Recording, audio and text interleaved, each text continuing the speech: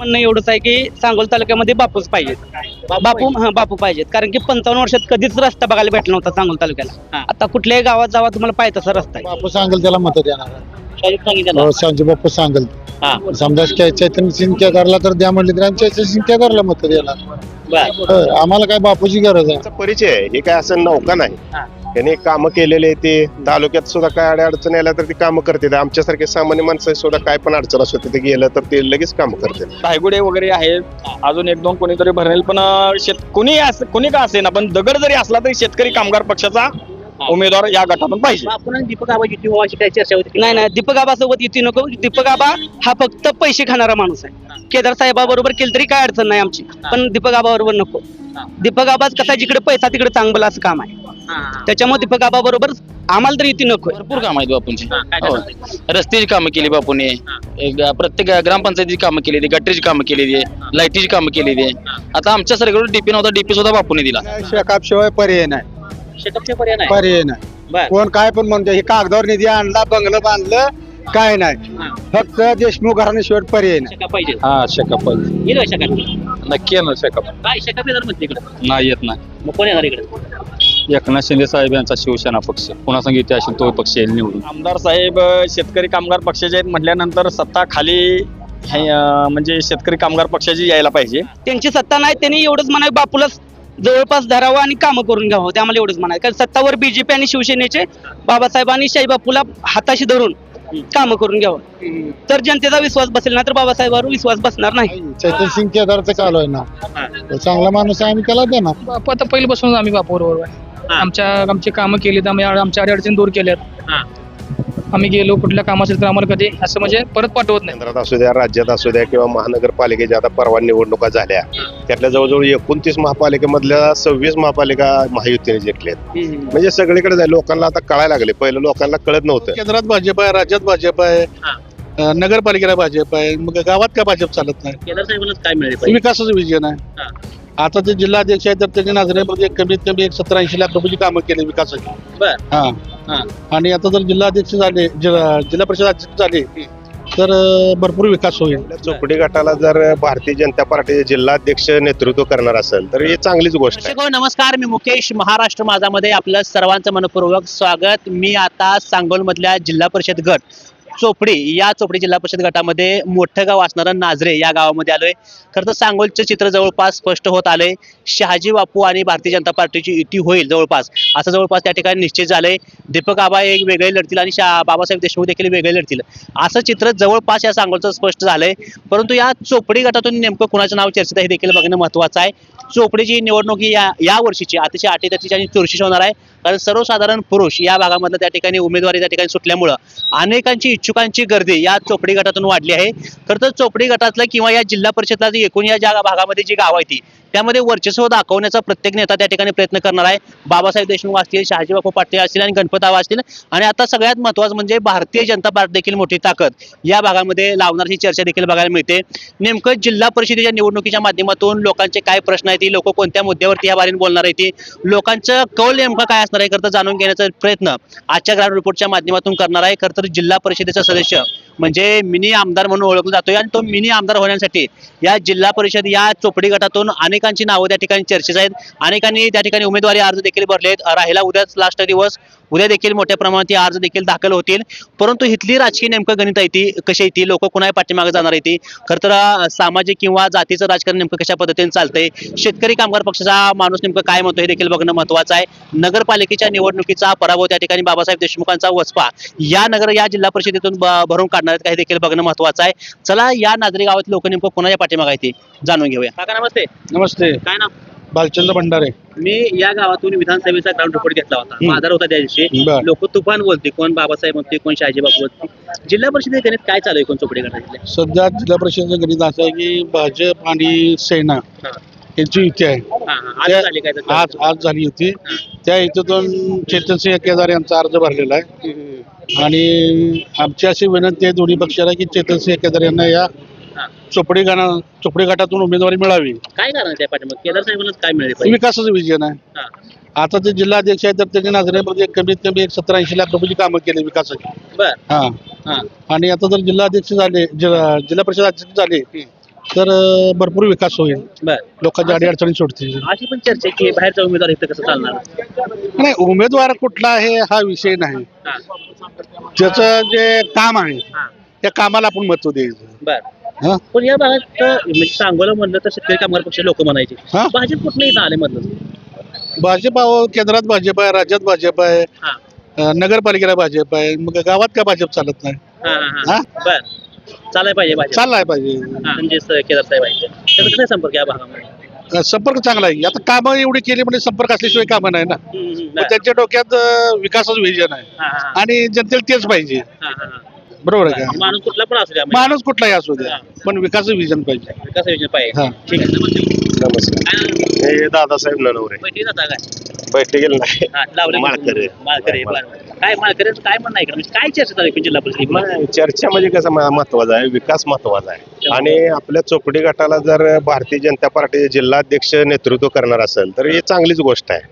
कारण तुम्ही आता बघताय सगळीकडे, केंद्रात असू द्या, राज्यात असू द्या किंवा महानगरपालिकेच्या आता परवा निवडणुका झाल्या, त्यातल्या जवळजवळ 29 महापालिकेमधल्या 26 महापालिका महायुतीने जिंकल्यात. म्हणजे सगळीकडे जाईल, लोकांना आता कळायला लागले. पहिलं लोकांना कळत नव्हतं. लोक आम्ही जातोय म्हणून आमच्या पिढ्यानपिढ्या आम्ही असं हेच तालुक्यात, सगळं तालुक्यात काय राज्यात काय हेच बोलतात.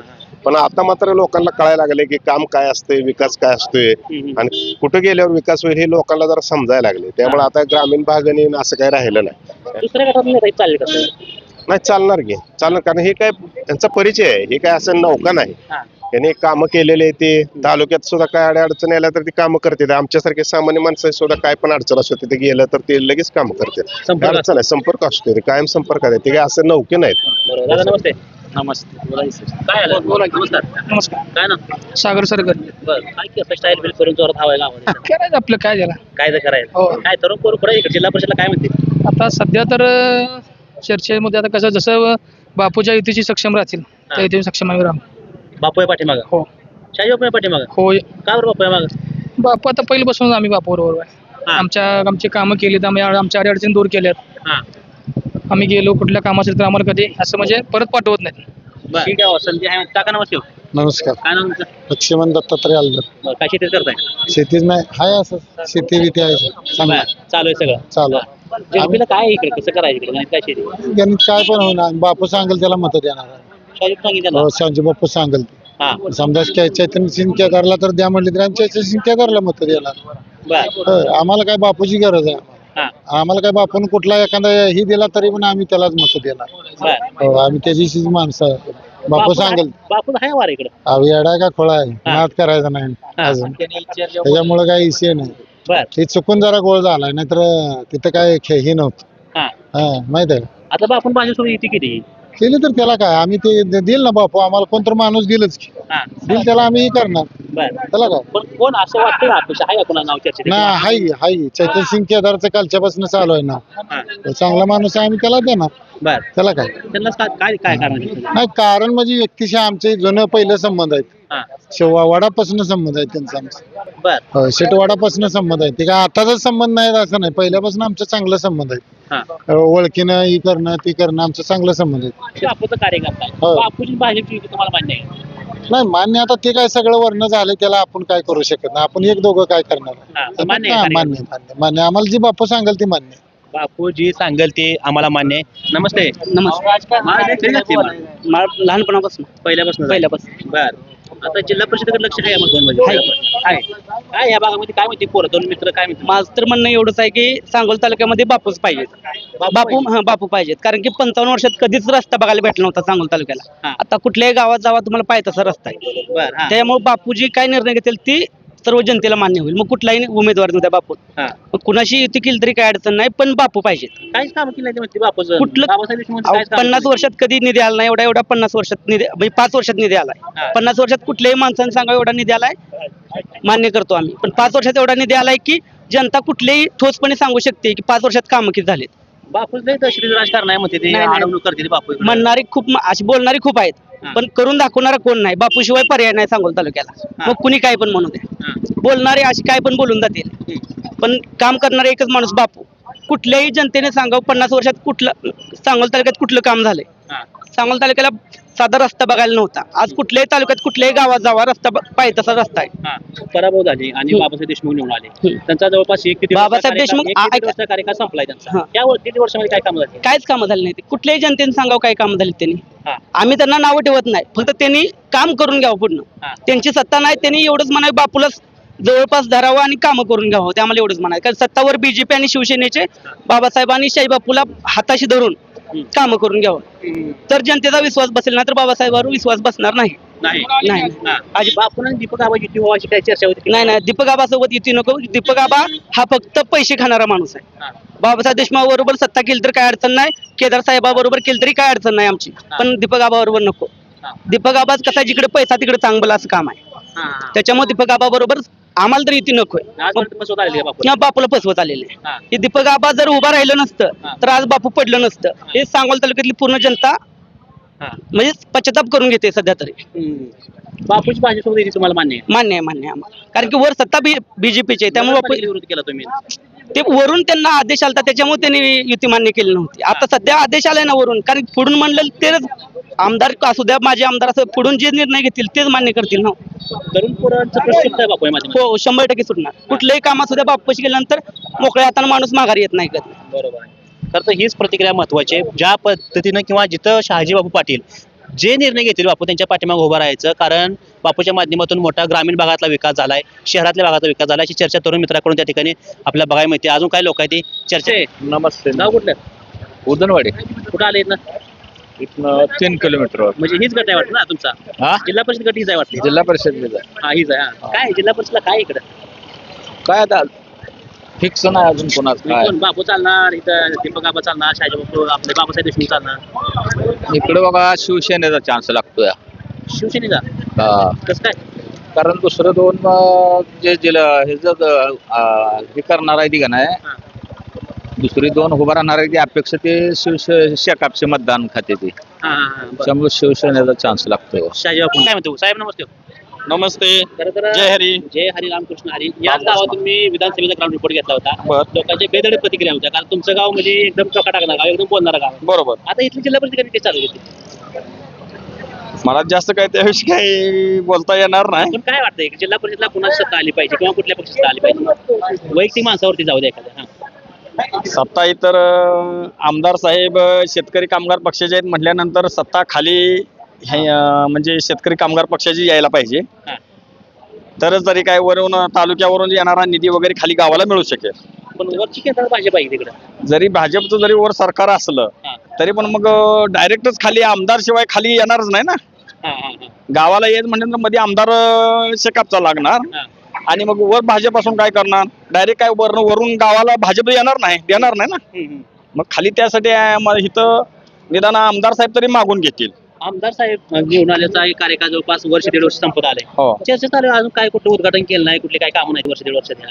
करतील ना, अजून नवीन आहेत. ह्याच्या अगोदर तर बापूने तर कुठं काय केलंय दावा? फक्त म्हणतात निधी आणला, कुणी बघितला आणलेला? रस्ते झालं म्हणून सांगोलमध्ये कुठलं? कुठेशी झाली आता तुम्हाला दिसलेत का? धायगुडे वगैरे आहेत, अजून 1-2 कोणीतरी भरेल, पण कोणी का असे ना, पण दगड जरी असला तरी शेतकरी कामगार पक्षाचा उमेदवार या गटातून पाहिजे. तरुण पोरांचं म्हणणं जिल्हा परिषद महत्वाचं आहे. युती आघाड्या कसं बी होत्या, तिथला जिल्हा परिषद सदस्य कसा पाहिजे तरुण पोरांना? सुशिक्षित पाहिजे, कामं करणारा पाहिजे, आडी अडचणी सोडवणारा पाहिजे. काय आणि पक्ष कुठला पाहिजे? आता विद्यमान आमदार आहे त्यांचाच पक्ष पाहिजे इथे. बाबासाहेब देशमुख, बाबासाहेब देशमुखांचा शेकाप पाहिजे. शेकाप शेकाप पाहिजे. हा शेकाप पाहिजे, येईल का शेकाप? नक्की येणार शेकाप. काय शेकाप येणार म्हणते इकडे? नाही येत नाही. मग कोण येणार इकडे? एकनाथ शिंदे साहेब यांचा शिवसेना पक्ष, पुन्हा सांगितले असेल तो पक्ष येईल निवडून. शिवसेना, शहाजी पाटील. काय आपण काय कामं केली नाही? कोण म्हणलं केलं नाही ते? बघायचं नदीला जाऊन, पाणी अजून नदी वाहते. बर. नदीतली वाळू कोण नेली वाळू कोण नेली? वाळू कोण नेली सांगा की.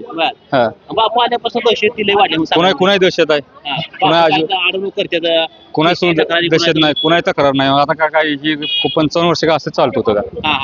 5 वर्षाचं सगळं व्हायला लागले. मागे काय माणूस मेलं मारून टाकलं म्हणायची. काय केलं बापू? काय काम केलं? काय केली? नदीच पाणी आणलं, रस्ता केला, हे केलं, सगळं केलं. साधूया आबा काय म्हणतो बघू. हो थोडा आम्हाला जागा द्या. नमस्कार. तिथं आलो इकडे तुमची दाढी बिडी बघून. आम्हाला अशी दाढीवाली माणसं वाटते ना. नमस्कार.